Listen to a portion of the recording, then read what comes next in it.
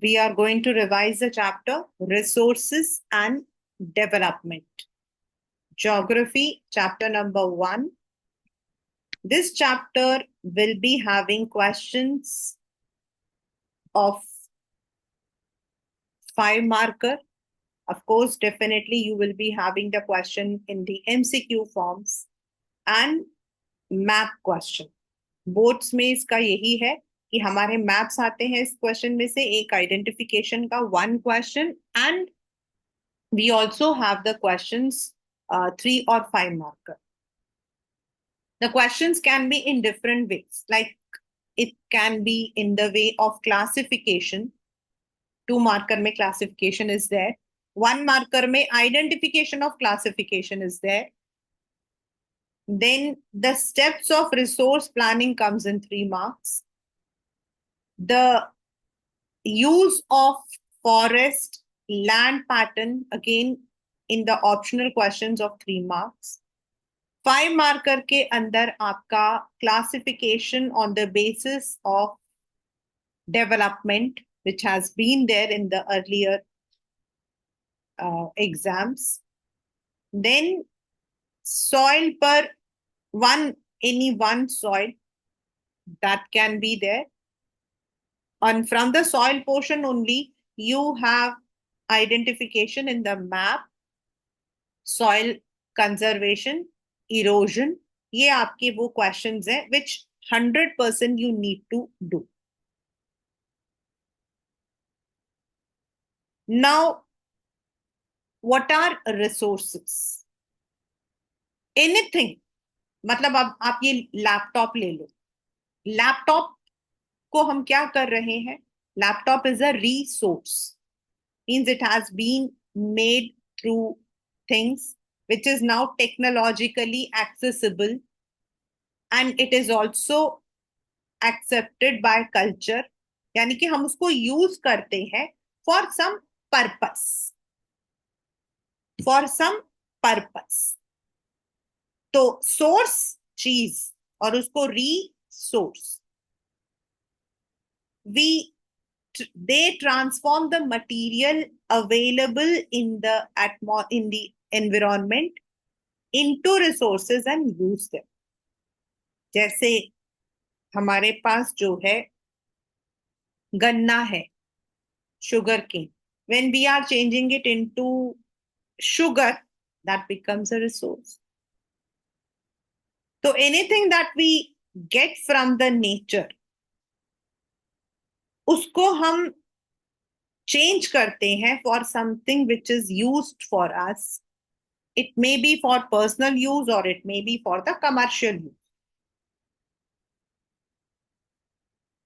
अब हमारा आता है question classification of resources. This has सिर्फ development वाला छोड़कर others have come in 1 marker question only, like on the basis of origin. यानी उनके अंदर if their life is there, it becomes biotic. And if life is not there, that becomes abiotic.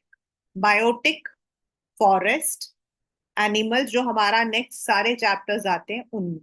And abiotic, minerals, petroleum, fuels, ये सारे हमारे abiotic. On the basis of perishing, खत्म हो जाना. Renewable exhaustibility, मतलब आपके जो different words हो सकते हैं, exhaustibility, perishment, खत्म हो जाना. तो renewable, which can be again renewed, solar energy, tidal energy, and those which cannot be renewed, coal, oil, natural gas. ऐसा नहीं है कि हम इनको नहीं कर सकते हैं, but अगर हमें इन्हें करना है तो it takes billions of years. So immediately you cannot renew it. On the basis of ownership, individual, community, national, and international. Individual, which is belonging to you, your own home, your computer, your laptop, your mobile, anything which is for us. Community, जिसको हम मिलकर own करते हैं, like park. Burial ground, ये आपके paper के अंदर question आ सकता है।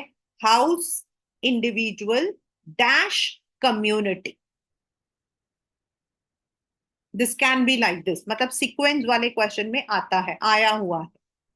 On the basis of sorry national, the one which is in the boundary of any country, किसी भी कंट्री के बाउंड्री के अंदर जो आपके जो मिलता है, anything which is there, like if oil is found in India, जैसे हमारे यहाँ Trombay is there, Mumbai high is there, तो वो हमारा रिसोर्स है, national resource.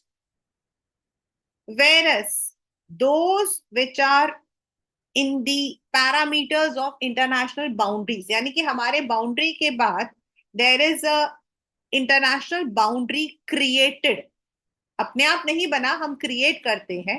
Like in the water हम 200 नॉटिकल माइल्स का बनाते हैं, उसके बियॉन्ड अगर कोई भी चीज होती है तो that would be considered as international resources, and the international authorities are supposed to decide. Like आपका ocean water, space, these are international resources. Now comes on the basis of development. Development में दोस which have already been, हम लोगों ने जो है उसको सर्वे कर लिया है, हमें ये भी पता है कि where they are used, how they can be used, developed. कुछ हमारे रिसोर्सेज हैं जिनके पास पोटेंशियल है, कैपेबिलिटी है, but yet we have not taken full use of it, potential. Stock and reserve. Stock is the one which is there in the nature. We have kept it and still we don't have technological viability.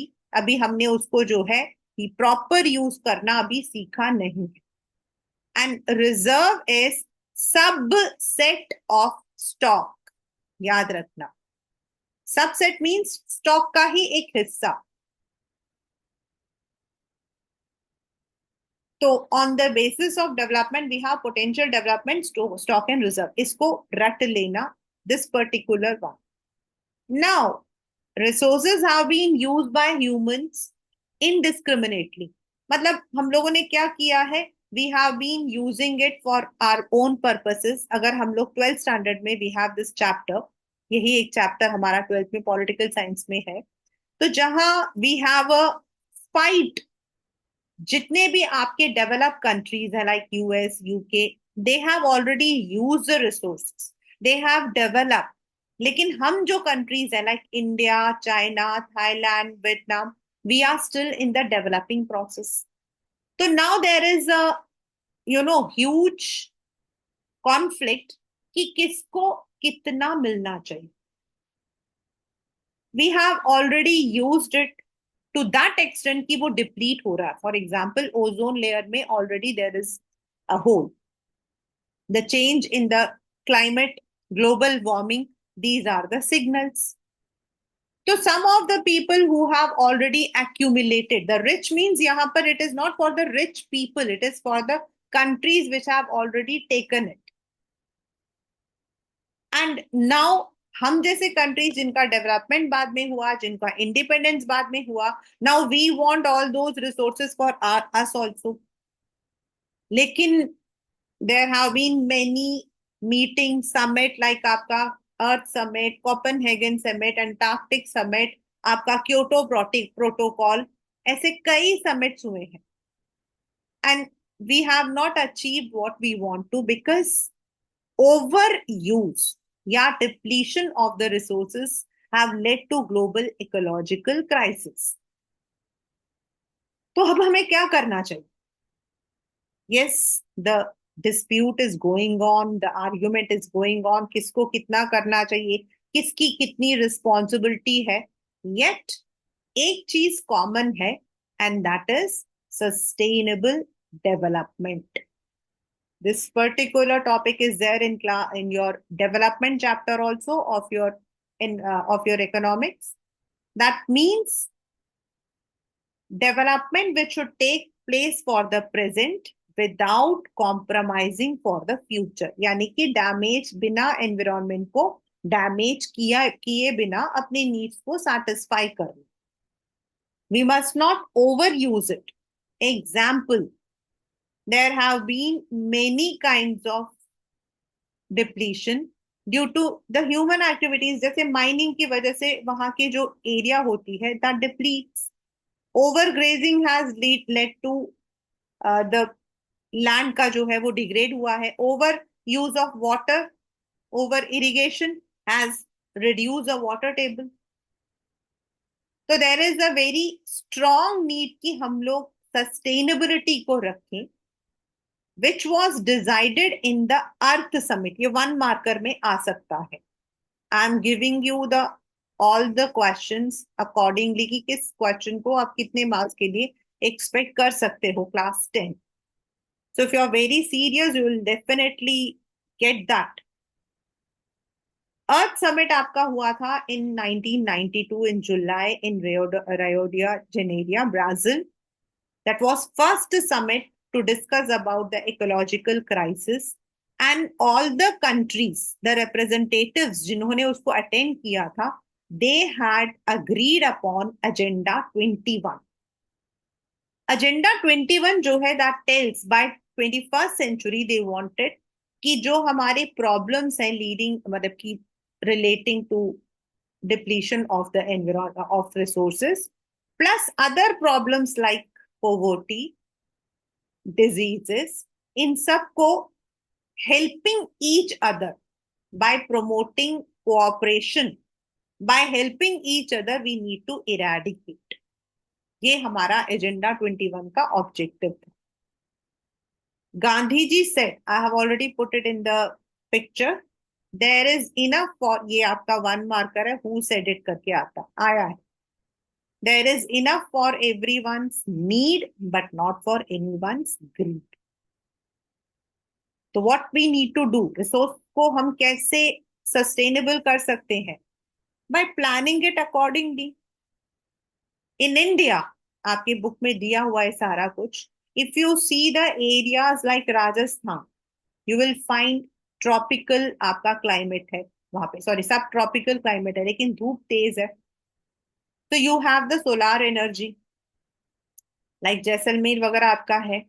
Then in the tidal areas you have the tidal energy. अभी आपका एक chapter आएगा minerals वाला, उसके अंदर you have this in your particularly in your syllabus. वहां आपको tidal मिल जाता है, gulf of Cambay. Then if you go towards the down south तो आपको विंड एनर्जी मिल जाता है, you can find the wind mills. If you go to Arunachal Pradesh or northeast, you can find the water resources, forest resources. So we have, but they are not available to everywhere. जैसे वहां water resources है लेकिन वहां पर धूप की दिक्कत है. Whereas in राजस्थान आपकी धूप तेज है लेकिन पानी की दिक्कत है. तो we need to replan the resources कि it is meeting the needs of everyone. तो क्या करना चाहिए? ये 3 में आया हुआ है, 3 मार्क कर लो. First, if we come to know कि इस एरिया के अंदर the climate, the relief feature और वी हैव फाउंड समथिंग, तो सबसे पहले हमें आइडेंटिफाई करना चाहिए what kind of resource it is. Inventory मतलब वो कितना स्टॉक है, मतलब कितना है. थोड़ा बहुत है तो उस पर पैसा खर्च नहीं कर सकते, but how much it is there. Then there should be involving a planning structure जिसके अंदर हमें उसको कैसे यूज करना है, who can take the responsibility. ऐसे करके we need to develop a premises, यानी कि evolving a planning structure. And then the development को हमें how we can use it for the overall national development that should be strategized. यानी कि plan ऐसा बनाना चाहिए कि इसको इस तरीके से यूज करना. In India if we talk about the resources, जो हमारे आगे के सारे चैप्टर्स हैं, forest, water, mineral resources, agriculture, they are all based on these resources only. तो ये रिसोर्सेज हमें मिलते हैं ईदर फ्रॉम, मतलब कि हमें मिलता है लैंड से and soil which supports agriculture. If we talk about the land utilization, ये वाला जो ग्राफ है, this has come in the exam. एक बार आया था, 1 marker. तो we have land which can be said as plains, जहां you can grow the crops. Then we have the plateau region, like आपका मालवा plateau, then आपका Chota Nagpur plateau, Deccan plateau, जहां crops को grow करना डिफिकल्ट होता है, but they are for the minerals. And third is the mountains. तो ये हमारे इंडिया का जो लैंड का डिविजन है, which is utilized either as forest. According to the Forest Survey of India, 33% of the total land area, 3.28 million square kilometer, जो है उसका 33% should be forest. But due to human activities, it has reduced to 22 to 25%. Then we have the land which are barren. Barren मतलब जो use नहीं हो सकते हैं, waste है, which cannot be put into agriculture. Fallow land जिनको हमने open छोड़ा है so that they regain their fertility. Slash and burning में जो है, we use this technique. जहां हमने पहले यूज कर लिया उस लैंड को हम फैलो छोड़ देते हैं ताकि उसमें that regains its fertility. Uncultivated, which have been left open. And net sown area. 1 marker question. 1 marker question. What is net sown area? So when the area is sown with crops, but we count it only once. मतलब land use for crop land once a year, हम एक बार उसे use करते हैं, वो होता है net sown. And अगर हम उसी लैंड को we are using it twice, और मतलब कि 2 बार हम यूज करते हैं, then it becomes gross cropped area. 1 marker question, it has been there. Gross का मतलब ओवरऑल हमने उसको 2 बार यूज किया है. Net is once we are using, हम उसको काउंट करते हैं वंस. तो दिस इज जो हमारा नेट सोन एरिया या ग्रॉस सोन एरिया है, ये वो एरिया है जिसको हम यूज कर रहे हैं फॉर एग्रीकल्चरल पर्पसेस. बाकी हम लोगों ने यूज कर रखा है for building the roads, building the buildings, houses, construction, ये हमारे यूज हो गए हैं. Forest, barren land, fallow land, uncultivated, net sown area. तो इस तरीके से the land has been divided. As we have already used it for different purposes, so this has led to land degradation. For example, cutting of the forest, deforestation, overgrazing. ये वाला जो overgrazing वाला है ना, ये आया है पेपर में कि कौन से स्टेट में overgrazing है, कौन से स्टेट में overgrazing है. I think it's also an NCERT question, and it is Maharashtra जहां overgrazing है. आपका पंजाब वगैरह में over irrigation is the reason, कि वहां पे जो वाटर टेबल है वो धीरे धीरे धीरे कम हो रहा है. So when the water table gets degraded, तो जो वहां की जो मिट्टी होती है, that becomes the land becomes saline, unfit.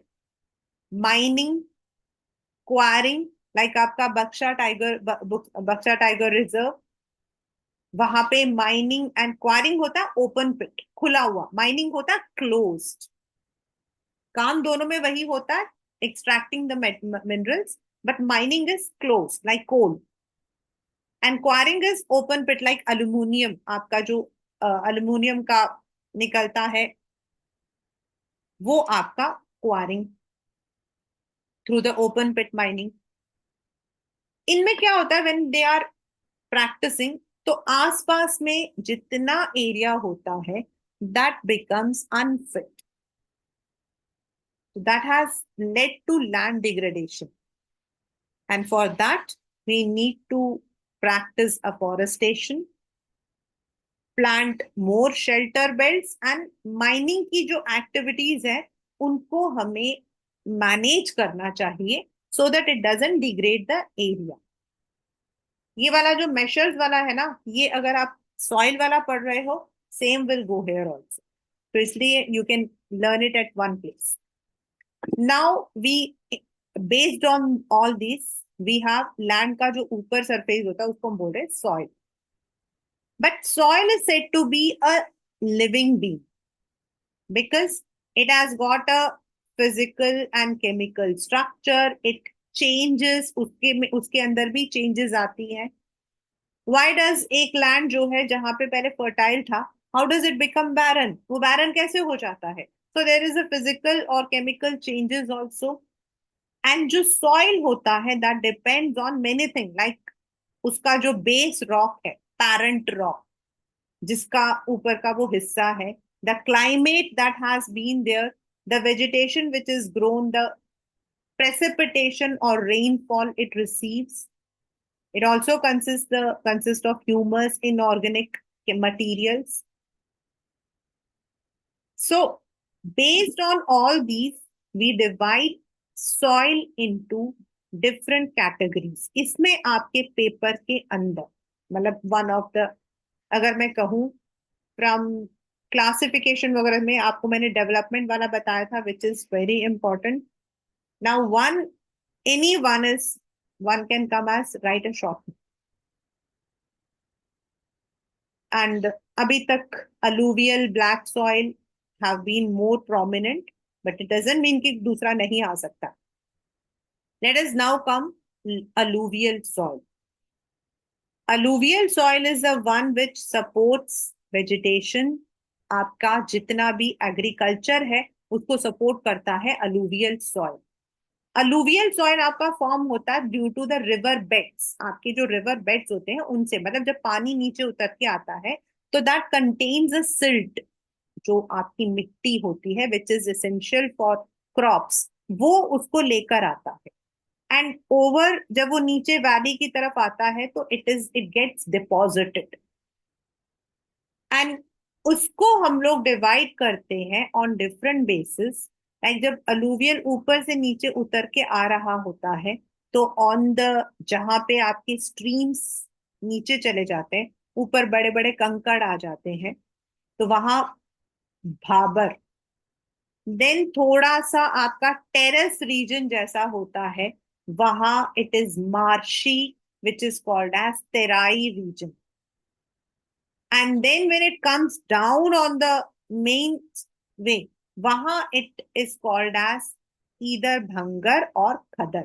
ये आपका 3 मार्क का क्वेश्चन है, बोर्ड में भी आया है एंड स्कूल्स में भी आता है. Differentiate between bhangar and khadar, 3 mark का क्वेश्चन.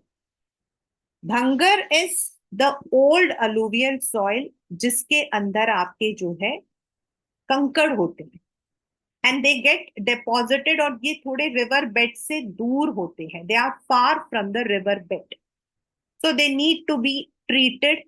अगर ज्यादा मतलब इनको, तो इनको ट्रीट करना पड़ता है, that is bhanga. And khadar, the one which renews every year near the river bed. It contains very fine silt which is very important for the growth of soil, of sorry, crops. So on the basis of age, I repeat, classify alluvial soil on the basis of age. So old alluvial soil, bhangar, new alluvial soil, khadar. Right? Next is black soil. Black soil is also called as black cotton soil, rigger soil, because ये form हुआ है आपके volcanic eruption से. जो आपके प्लेटू area, जो volcanic आपका जो पेरेंट रॉक है, वो वॉल्केनिक इरप्शन वाले रॉक्स हैं. तो दे डेवलप क्रैक्स. इन पे जब पानी पड़ा होता है तो it is very difficult to, मतलब कि इनको जो है, इन पे चलना बड़ा मुश्किल होता है, टिल्ट करना, इनको टिल्ट करना बड़ा मुश्किल होता है. But once they evaporate they develop cracks and they are very good for the growth of cotton. और आपका जो पूरा, if I talk about Karnataka belt, Maharashtra belt, थोड़ा सा Madhya Pradesh, Gujarat, they are where you find the cotton belt, यानी कि black soil. Third is red and yellow soil. As the name itself suggests, red and yellow. तो when they are hydrated, जब ये पानी सा होता है तो ये येलोइश कलर दिखते हैं. एंड इसीलिए इसमें रेडिश कलर है because you find the diffusion of iron. इनमें आयरन होता है, Fe होता है, दैट इज फेरस होता है, that is why it is red and yellow. Alluvial supports all kinds of plants. Black soil, no doubt आपके बाकी और भी मतलब की है, लाइक ग्राउंडनट वगैरह आते हैं, सोया ग्राउंडनट वगैरह, लेकिन it is more prominent for cotton. Whereas red and yellow जहां पर है वहां पर it is difficult for agriculture. Then is laterite soil. Laterite आपको याद रखना पड़ेगा, 1 मार्कर में आता है. The soil form due to leaching. Leaching एक प्रोसेस है ड्यू टू रेन एंड मतलब की heavy rain and temperature. Leaching is a process. In the notes it is already given on the very first, मेरे notes में सबसे ऊपर दिया हुआ है. लीचिंग एक प्रोसेस होता है. यहाँ जिन एरियाज के अंदर ज्यादा गर्मी और बहुत तेज बारिश होती है वहां पर वो जो सॉइल होता है that turns acidic, so they are unfit for any kind of main crops. लेकिन आपके जैसे कैश्यूज है, इनको यहाँ पर ग्रो किया जाता है. रबर है वो ग्रो किया जाता है. बेसिकली आपका जो केरला वाला एरिया है, पार्ट्स ऑफ तमिलनाडु, यहाँ पर आप ये वाला जो वेस्टर्न वाला घाट्स में है वहां लेटराइट सॉइल्स है. एरिड, यानी कि एरिड का जो मीनिंग होता है सूखा, desert. It is also called as desert soil. इनमें आपके कंकर जो है they are more, and because in areas के अंदर rainfall is either very scanty और नो, तो ये वेजिटेशन को सपोर्ट नहीं करते हैं. Yet in some parts of western Rajasthan they are now treated and try किया जा रहा है to grow crops. Last but not the least is forest soil, यानी कि माउंटेनियस, माउंटेन सॉइल भी बोलते हैं. The areas like Himachal Pradesh, आपका लद्दाख वाला जो रीजन है, देन अरुणाचल प्रदेश, क्योंकि आपके असम के अंदर यू हैव अलूवियल सॉइल. याद रखना, मैप का क्वेश्चन है ना, इसीलिए. बिकॉज हम फॉरेस्ट बोलते हैं, हम माउंटेन बोलते हैं, तो सारे माउंटेन्स नहीं है. इन Assam it is alluvial. Where as आपका फॉरेस्ट सॉइल आपका पाया जाता है हिमाचल वाला जो ये वाले रीजन है वो. इनमें क्या होता है, सॉइल इन्यूड हो जाता है, ऊपर की लेयर जल्दी से हट जाती है. So we need to protect them, but they support water system and many of the wild animals को ये protect कर. Due to over use of land, हमारा जो soil है, it has been eroding. अब what is soil erosion? What is soil erosion? ये तो हमने 5th 6th में भी पढ़ा हुआ है. The removal of the upper layer of soil is called soil erosion, जो support करता है vegetation को. एंड द एलिमेंट्स, इसके जो 3 एलिमेंट्स हैं वो है wind, water and human actions. एक बार आया था ये पेपर में, व्हाट आर द 3 एलिमेंट्स. तो विंड, वाई, जब तेज हवा चलती है तो ऊपर का लेयर हट जाता है. वाटर, जब रनिंग वाटर जो है वो बीच में गड्ढा बना देता, like if you see on the right side it is made, बीच में आपका पिट बना हुआ है. इट इज आपका वाटर के थ्रू जो है सॉइल इरोड हुआ है. It is also called as gully erosion, आया हुआ है पेपर में, वेरी इंपॉर्टेंट दिस वन. ये वाला जो है दिस इज द गली इरोजन. आपके जो राजस्थान में चंबल वैलीज है वहां इनको रेवाइन्स बोला जाता है. This is very very important. मतलब जो गली इरोजन है उनको चंबल वाले में रेवाइन्स बोला जाता है. इनमें क्या होता है कि देखो बीच में आप देखो पूरी मिट्टी के अंदर गड्ढा पड़ गया है. सो दिस, ये वाला जो एरिया होगा, दिस मतलब कि यहाँ का जो एरिया होगा that becomes unfit for cultivation. Then it is also water, अगर जो है स्लोप्स में बहता है तेज, then also the soil sheet is remove, जिसको हम शीट इरोजन कहते हैं. Wind already I told you. And human actions like deforestation, human actions like mining, quarrying, they have also resulted in soil erosion. So the 3 elements, wind, water and human actions. So we need, अगर हम चाहते हैं कि आगे in our country we are having self-sufficiency of all kinds of minerals, all kinds of food, then we need to conserve the soil. हमें in soil को conserve करना चाहिए. But what are the ways? ये 5 marker में कई बार आया हुआ. First, a proper plowing method. You can see I have already made the pictures on the for your kind information. Contour plowing आप देख सकते हो, बीच में मिट्टी है, ऐसे गोल गोल घूम रहा है ऑन द, इनको हम लोग बोलते हैं contour lines. Plowing along the contour lines. अगर ये क्वेश्चन आपके पेपर में आता है क्लास 10, तो this means you need to also explain it. 5 marker में आपको इसको एक्सप्लेन भी करना है, सिर्फ 4 पॉइंट नहीं लिखने हैं. You need to explain it also. You need to explain it also.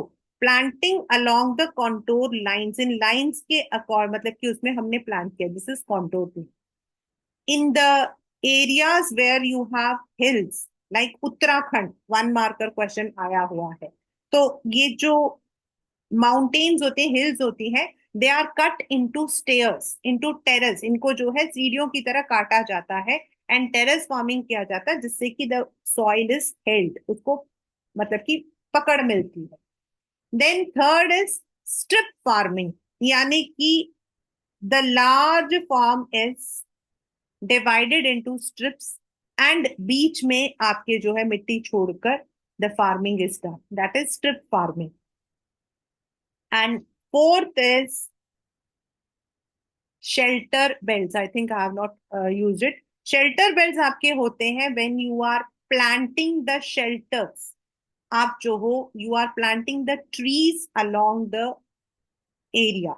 Like if I talk about, if this is the land, so in the shelter belts we would be planting like this, or beach में we would be taking.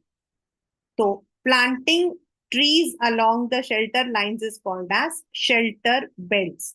So we have either हम ये 4 जो है we have to take the one.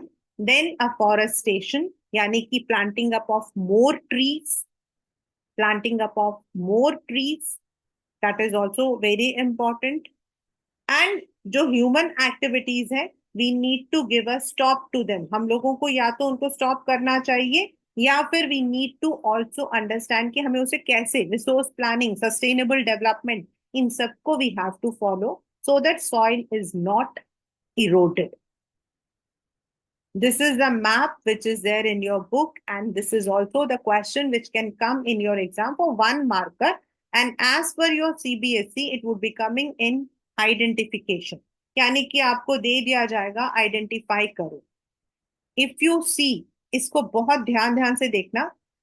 First आपका Ladakh, Kashmir and Himachal वाला जो area है, this is the one which is mountain. And Sikkim, this is Sikkim आपका. एंड ये वाला जो अरुणाचल प्रदेश के ऊपर वाला एरिया, दिस इज आपका माउंटेन और forest. Then the entire Punjab, आपका हरियाणा, उत्तर प्रदेश, बिहार, and then आपका West Bengal and some parts of Godavari belt is आपका alluvial, and also you have here. Then third, this arid soil आपका राजस्थान के एकदम एक्सट्रीम लेफ्ट में आएगा. Then plateau region जो हमारा ये वाला रीजन है, this is आपका black soil. But black soil is also extended in some parts of Rajasthan. So this is आपका black soil. Then red and yellow soil, अगर आपको पता हो, छत्तीसगढ़ ये वाला छोटा नागपुर वाला एरिया, देन तमिलनाडु वाला जो एरिया, ये सारा आपका रेड एंड येलो सॉइल. ये वाला जो बेल्ट यहाँ साइड में दिख रहा है, दिस इज आपका लेटेराइट सॉइल. दिस इज आपका laterite soil which is form due to leaching. So this is how you have to identify. This would be coming as identification in your exams. So that is a chapter called as resources and development. Remember, if there is classification in a simple manner, say 1 marker question is there, 2 marker question is there, then definitely आप जो हो 2 marker question may be a subjective question is there. So in the subjective question, you just have to write it in points. There might be an identification, गली erosion आपका आ सकता है, आपके soil को मतलब कि आ सकता है, आपके बुक में दिया हुआ है। तो प्लीज अपने बुक में वो जो रेडिश कलर ना उसको नहीं देखना, नीचे क्या लिखा उसे देखिए। Every time when it comes, the children write something else. वो देखिए। Then in the 3 marker, you may be having the soil erosion and some measures to avoid soil erosion. 3 marker के अंदर आपका ये क्वेश्चन हो सकता है। Then differentiate between bhangar and khaddar.